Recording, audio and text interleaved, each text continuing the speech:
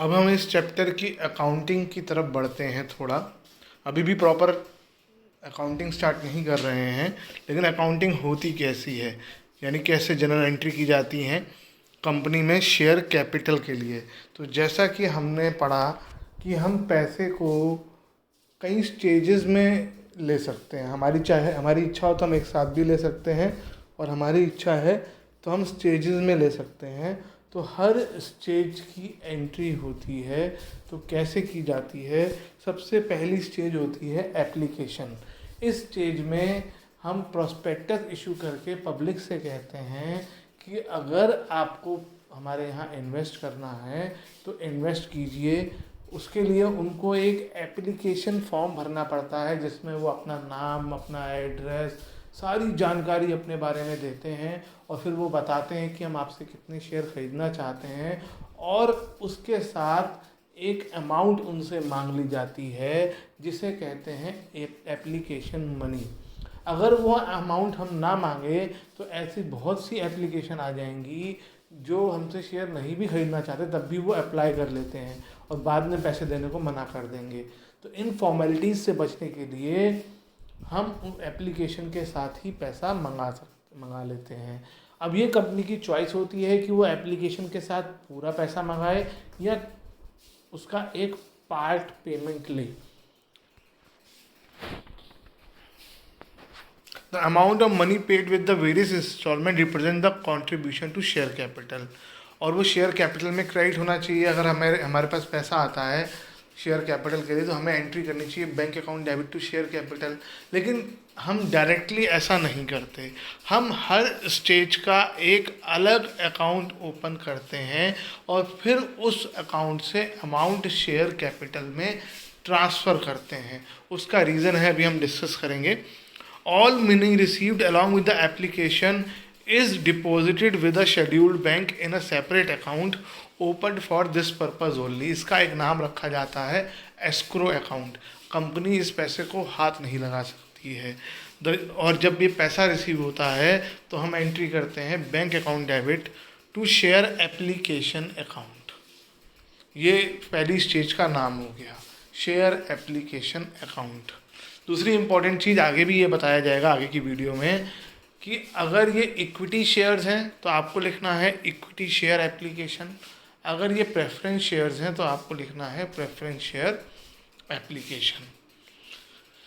उसके बाद share allot किए जाते हैं। अगर मिनिमम सब्सक्रिप्शन रिसीव हो जाता है तभी आप शेयर अलॉट कर सकते हो। अगर मिनिमम सब्सक्रिप्शन रिसीव नहीं होता है तो ये पैसा आपको लौटाना पड़ता है, और जो हमने पीछे एंट्री सीखी उसका उल्टा हो जाता है share application account debit to bank. पैसा भी गया और शेयर एप्लीकेशन अकाउंट भी क्लोज हो गया।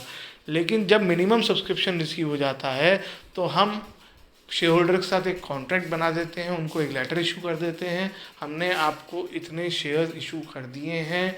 और उसके बाद उस लेटर के बाद हम जो है ये एप्लीकेशन में जो अमाउंट पड़ी हुई है ये वहाँ से कैपिटल में ट्रांसफ़र कर देते हैं।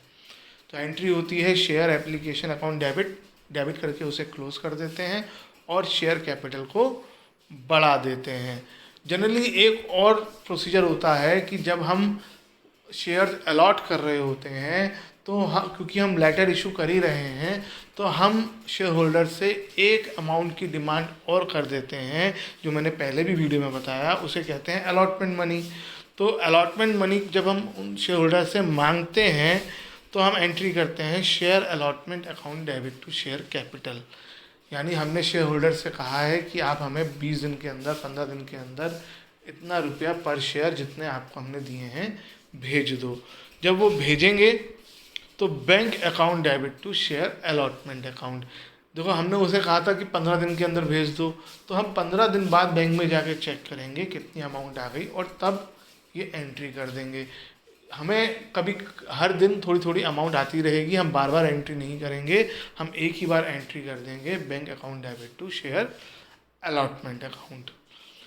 कई बार ऐसा भी होता है कि एप्लीकेशन स्टेज और अलॉटमेंट स्टेज को कंबाइन कर दिया जाता है। कंपनी चाहे तो उन्हें कंबाइन कर सकती है। ऐसे में एक कॉमन अकाउंट ओपन कर दिया जाता है share application and allotment account. ये कंपनी की चॉइस है कि कंपनी इन दोनों को कंबाइन कर सकती है। पहली बात तो ये है, दोनों में से कोई एक स्टेज ना हो ये पॉसिबल नहीं है। जब तक एप्लीकेशन नहीं आएंगी आप अलॉट नहीं कर सकते हैं, और जब तक एप्लीकेशन आ गई है तो उसके बाद शेयर अलॉट करना भी ज़रूरी है। दोनों एक दूसरे से रिलेटेड है, तो ये स्टेज ना हो ये तो पॉसिबल ही नहीं है।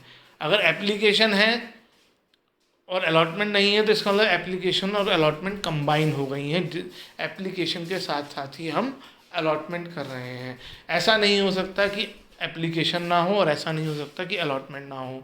तो इन दो स्टेज का होना तो ज़रूरी है। और अगर सारा पैसा हम एक साथ मंगा लें तो इसका मतलब एक ही स्टेज रह जाती है, और उस स्टेज का नाम हो जाता है एप्लीकेशन एंड अलॉटमेंट। तो एंट्री क्या होगी?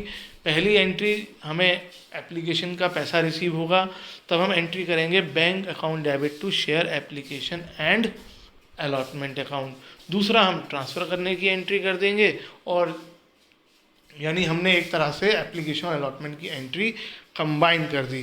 लेकिन ध्यान देने वाली बात यह है कि अगर आप देखें अलॉटमेंट में जो है share allotment to share capital पहले हुआ था और बैंक टू शेयर अलॉटमेंट बाद में हुआ, लेकिन इस एंट्री में bank to share application and allotment पहले हुआ और share application to share capital बाद में हुआ।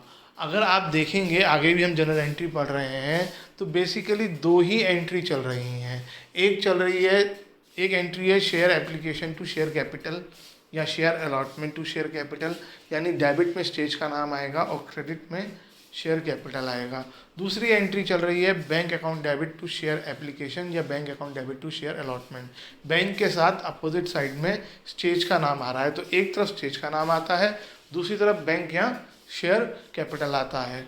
तो लेकिन एप्लीकेशन में पहले पैसा रिसीव होता है और फिर कैपिटल वाली एंट्री होती है, यानी पहले बैंक वाली फिर कैपिटल वाली। जबकि बाकी सब स्टेज में, आगे भी हम पढ़ने जा रहे हैं इसके, बाकी सब स्टेज में कैपिटल वाली एंट्री पहले होती है और बैंक वाली बाद में। क्योंकि एप्लीकेशन के टाइम हमें नहीं मालूम होता है कि कितने लोगों से पैसा आएगा, और अभी तो हमें शेयर्स अलॉट ही नहीं किए होते हैं। लेकिन अलॉटमेंट से हमें पता होता है कि हमने किस किस को शेयर्स कितने कितने दे रखे हैं, कितना पैसे आने वाले हैं। तो पहले हम उनसे पैसा मांगते हैं कि आप भेजो, और फिर वो रिसीव होता है। इसके बाद नेक्स्ट स्टेज होती है कॉल्स। कॉल जो है अगर पूरे पैसे ना मांगे गए हों अलॉटमेंट तक तो बहुत इम्पॉर्टेंट स्टेज होती है। अगर अगर अलॉटमेंट तक पूरे पैसे आ गए हैं तो बात ख़त्म हो गई, कॉल्स नहीं की जाएंगी। लेकिन अगर अलॉटमेंट तक पूरे पैसे नहीं आए हैं तो बाकी पैसा कॉल्स के थ्रू मांगा जा सकता है। कॉल एक भी हो सकती है, दो भी हो सकती हैं, तीन भी हो सकती हैं, ज़्यादा भी हो सकती हैं। यानी इंस्टॉलमेंट जितनी होंगी अलॉटमेंट के बाद वो सब कॉल्स कहलाएंगी। और पहली कॉल को फर्स्ट कॉल, दूसरी कॉल को सेकंड कॉल, तीसरी कॉल को थर्ड कॉल कहा जाएगा।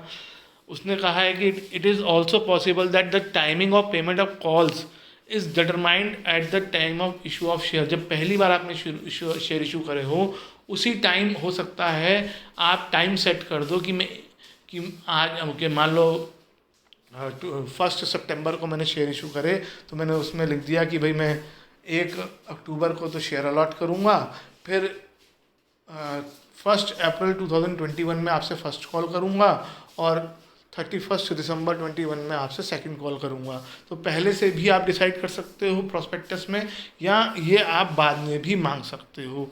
कोई पहले से डेट डिसाइड करने की ज़रूरत नहीं है, बस आप आगे बढ़ते हैं इसके बारे में तो समझ आ जाएगा। 2 पॉइंट्स बहुत इंपॉर्टेंट है। पहला कि कॉल की अमाउंट 25% ऑफ फेस वैल्यू से ज़्यादा नहीं हो सकती।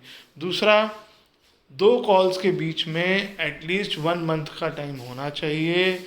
और अगर आप आर्टिकल ऑफ एसोसिएशन में मेंशन कर दो कुछ कि 15 दिन का हो सकता है या 2 महीने का होगा कम से कम, तो फिर वो माना जाएगा। अगर आपने आर्टिकल ऑफ एसोसिएशन में कुछ मेंशन नहीं करा है तो 2 कॉल्स में एटलीस्ट 1 मंथ का टाइम होना चाहिए। और आप एडवांस में कॉल करेंगे, सफिशिएंट टाइम देंगे। एंट्री क्या होती है?